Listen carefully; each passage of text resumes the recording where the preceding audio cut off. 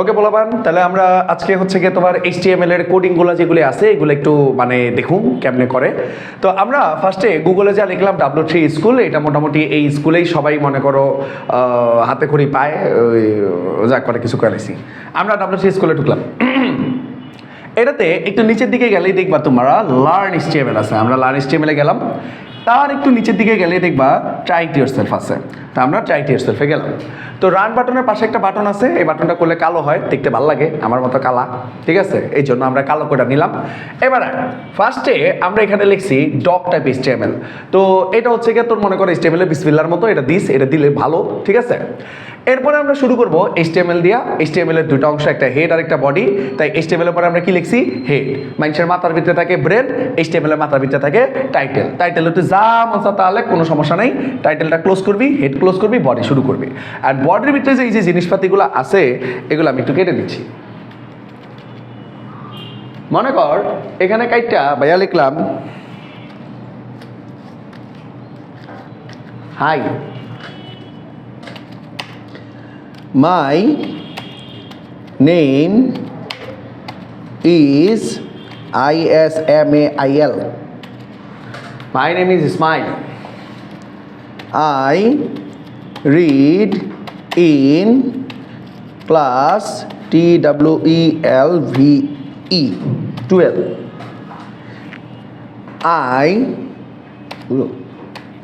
এটা কি লাগাইছিস বেটা, দেখাইতে জানা।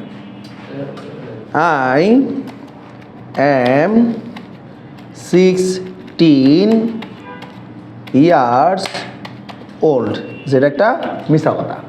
তা আমি কি বানান লিখছি?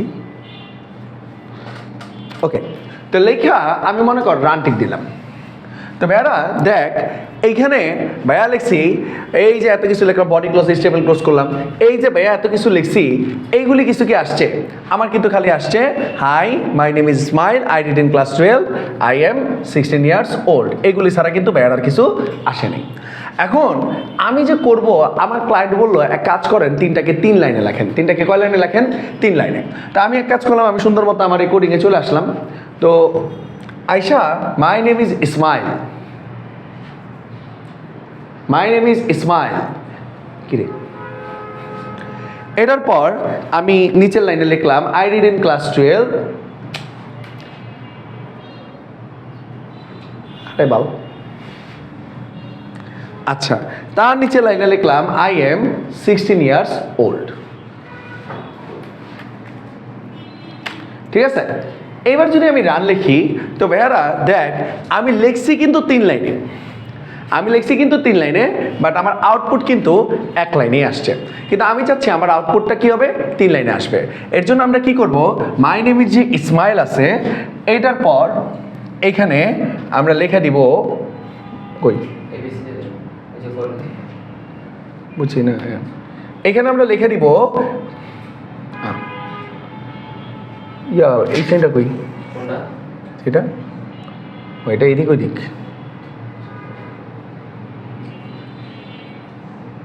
এদিক ওইদিক সাইন আছে না? হ্যাঁ সমস্যা নেই,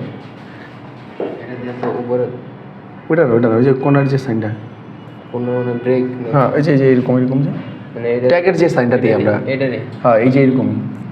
ওই আবার কি এইদিকে টিপ টিপুন, এই যে পাইছি। তো এটা লেখা আমরা লিখলাম BR, কি লিখলাম? BR। তো BR লেখা আবার এই জায়গায় এলাম, এই জায়গা হবে মনে করো এখানে লিখলাম BR, ঠিক আছে। তো লিখলাম, লেখা ভাইয়া রান টিপ দিলাম। দেখতো এবার আমার 3 লাইনে আসছে কিনা? আসছে।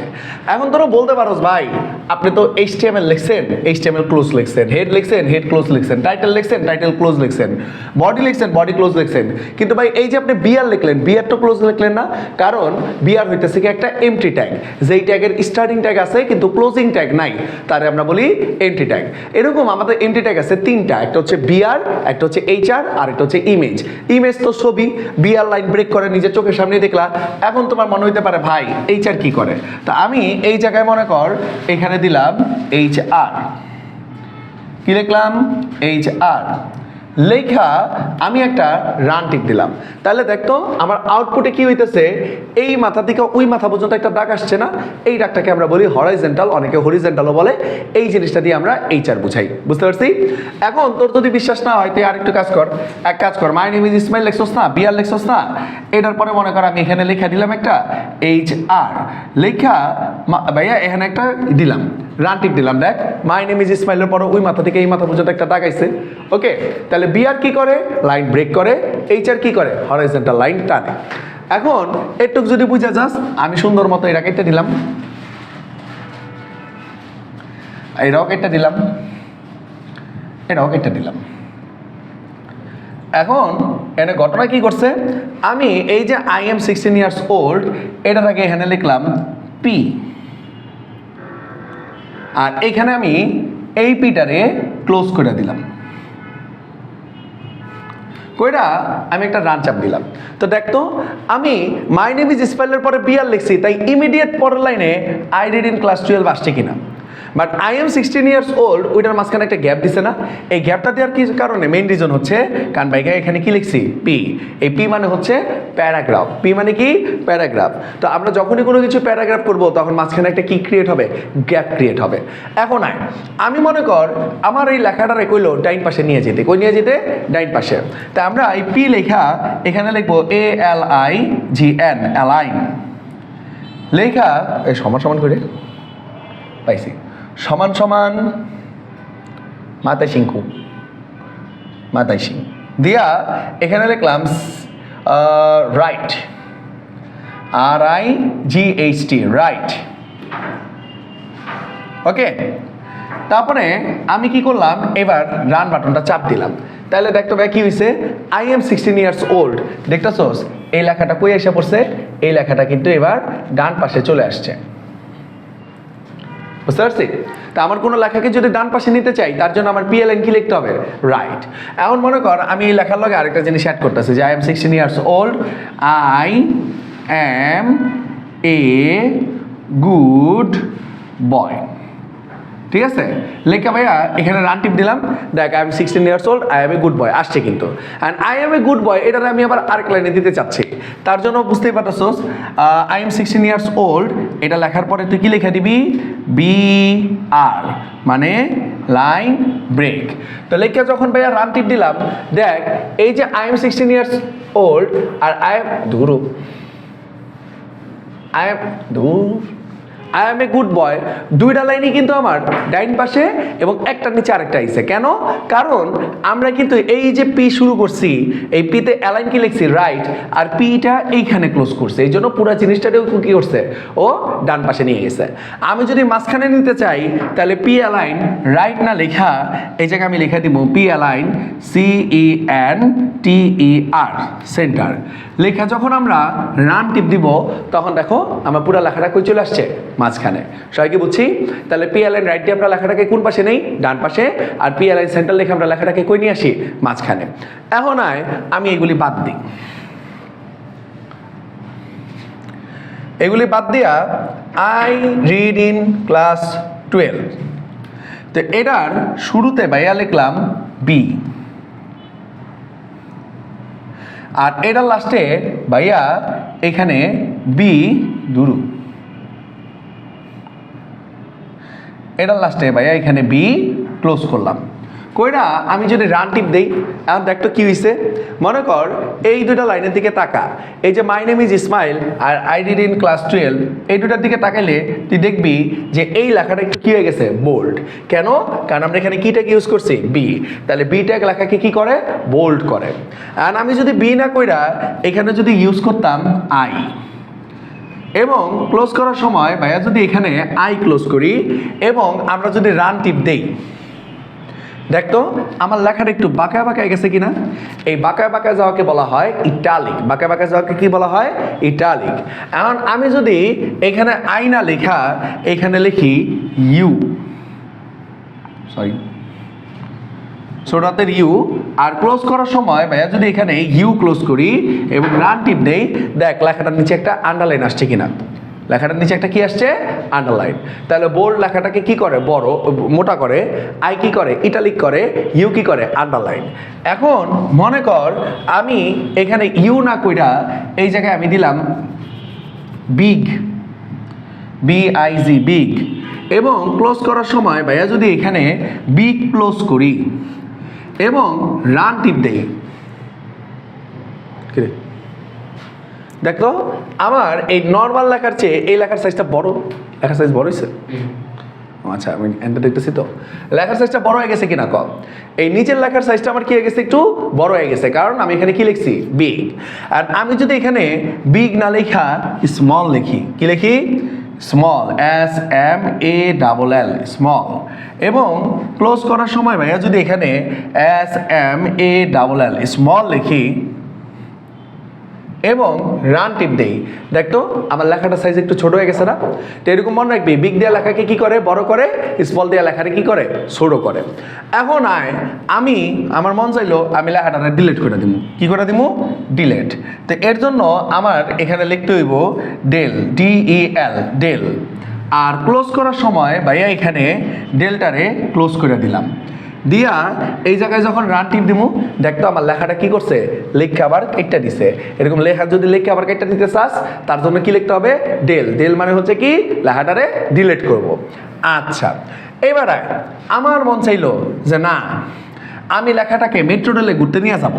তো মেট্রো রেলে ঘুরতে নেওয়ার জন্য আমরা এখানে লিখবো মারকুই, কি লিখবো, মারকুই। আর ক্লোজ করার সময় এখানে মারকুই ক্লোজ করে দিব, দিয়া আমি যদি রান টিপ দেই, দেখ আমার লেখাটা মেট্রো রেলে করে ঘুরতেছে কিনা কম, দেখছস? তো এরকম লেখাকে যদি স্ক্রল করাইতে চাস, যে খবরে যেরকম দেখায়, লেখাকে যদি স্ক্রল করাইতে চাস, তার জন্য আমার এখানে কি লিখতে হবে, মারকুই, কি লিখতে হবে, মারকুই। গুড। এখন তো সমস্যা ভাই, আপনি এত বুড়া হইয়া ক্লাস 12-এ কেমনে পড়েন, এটা তো হজম হইল না। তো এর জন্য তোরা কি করলি, আমার আই ডিড ইন ক্লাস 12, এই ক্লাস 12 রে তুই মার্ক করলি, ক্লাস 12 রে তুই কি করলি, মার্ক, MARK, মার্ক। আচ্ছা, আর লাস্টে আমরা কি করব, মার্কটা ক্লোজ করব। ওকে, তো লেখা আমরা রান টিপ দিলাম। তো দেখতো লেখাটা হাইলাইটস হয়েছে কিনা। তা আমরা যদি কখনো লেখা হাইলাইটস করতে চাই, তাহলে এর জন্য আমার কি লিখতে হবে, মার্ক ট্যাগ, কি লেখ, মার্ক ট্যাগ। এখন আমরা শিখছিলাম কোনো কিছুকে যদি উপরে উঠাইতে চাও, তার জন্য এখানে কি লিখতে হবে বলো, সুপ। আর ক্লোজ করার সময় তখন আমরা কি করব, সুপটাকে ক্লোজ করব। কইরা আমরা যদি রান টিপ দেই, দেখতো ক্লাস 12 নর্মালের চেয়ে এই লেখাটা উপরে উঠে গেছে কিনা কম। আর আমরা শিখছিলাম কোনো কিছুকে যদি নিচে নামাইতে চাই, তাইলে ওইখানে লিখতে হয় সাম। তাহলে এখানে লিখলাম সাম। আর ক্লোজ করার সময় আমরা যদি এখানে সাব ক্লোজ করি এবং যদি রান টিপ দেই, দেখতো আমার নর্মালের চেয়ে লেখাটা নিচে নেমে গেছে কিনা কম। তাহলে সুপ লেখলে লেখাটা কি হয়, উপরে উঠে, সাব লেখলে লেখাটা কি হয়, নিচে নামে। আর তোর যে ক্লায়েন্ট ওই কইলো যে ভাই এই লেখা আমার পছন্দ না, আপনি আমারে লাল কালার করে দেন, কি কালার করে দেন, লাল কালার। তাহলে এই যে বডি লেখছস না, বডির পরে এখানে লেখা দিবি টেক্সট, বডির পরে কি লিখবি, টেক্সট। এখন কি কালার করবি, রেড কালার। তাহলে টেক্সট লেখা এখানে লেখা দিবি রেড, বডির পরে টেক্সট লেখা কি লিখবি, রেড লেখা। এবার যদি রান টিপ দেস, দেখ আমার পুরো লেখাটা কি কালার হয়ে গেছে, রেড কালার। এখন তোর ক্লায়েন্ট তোরে কইলো যে ভাই আমার রেড কালার পছন্দ না, আমার পিঙ্ক কালার পছন্দ। তো তুই কি করবি, সুন্দর মতো এখানে বডির পর টেক্সটের পর লিখে দিবি PINK, পিঙ্ক লেখে এবার তুই রান টিপ দে, দেখ আমার পিঙ্ক কালার আইছে কিনা। আর সমস্যা হচ্ছে হোয়াইট ব্যাকগ্রাউন্ডে পিঙ্ক কালারটা আমার একটা ভালো লাগতেছে না। তো তোর ক্লায়েন্ট কইলো যে না ভাই একটু ব্যাকগ্রাউন্ড কালারটা চেঞ্জ করে দেন আমারে। তো এই ব্যাকগ্রাউন্ড কালার চেঞ্জের জন্য এটুকের পরে তুই লিখবি BGCOLOR, বিজি কালার মানে ব্যাকগ্রাউন্ড কালার। এখন তুমি কি কালার করবা সোনামণি, তুমি মনে করো ব্যাকগ্রাউন্ড কালার করবা, তোমার মন চাইলো বিজি তুই লিখিনি, তোমার মন চাইলো যে তুমি ব্যাকগ্রাউন্ড কালার করবা ব্লু কালার, কি কালার, ব্লু, BLUE, ব্লু। আচ্ছা, তো লেখা আমরা যদি রান টিপ দেই, একটা ক্যাট ক্যাট একটা ব্লু কালার আছে না, খুব খারাপ লাগতেছে না, তো এই কালারটা পছন্দ হয় নাই। তো সে বললা যে এক কাজ করেন, ব্যাকগ্রাউন্ড কালারটা আপনার কালার কইরা দেন। আচ্ছা, তা আমার কালার করার জন্য আমরা এখানে কি লিখবো, ব্ল্যাক, BLACK, ব্ল্যাক লেখা দূর আমরা একটা রান টিপ দিলাম। দেখো ব্যাকগ্রাউন্ড কালারটা কালো হয়ে গেছে কিনা বলো, কিউট লাগতেছে? এইটাই। তো আপাতত একটু পর্যন্তই লাগবে, বাকিটুকু ক্লাসে।